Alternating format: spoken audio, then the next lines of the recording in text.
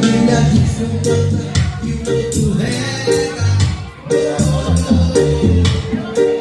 Tá bom. Bíblia diz um planta e o outro rega.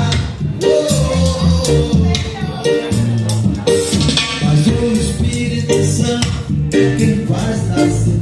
Mas o Espírito Santo é quem faz crescer. Mas o Espírito Santo tem florescer. Mas o Espírito Santo vai cultivar.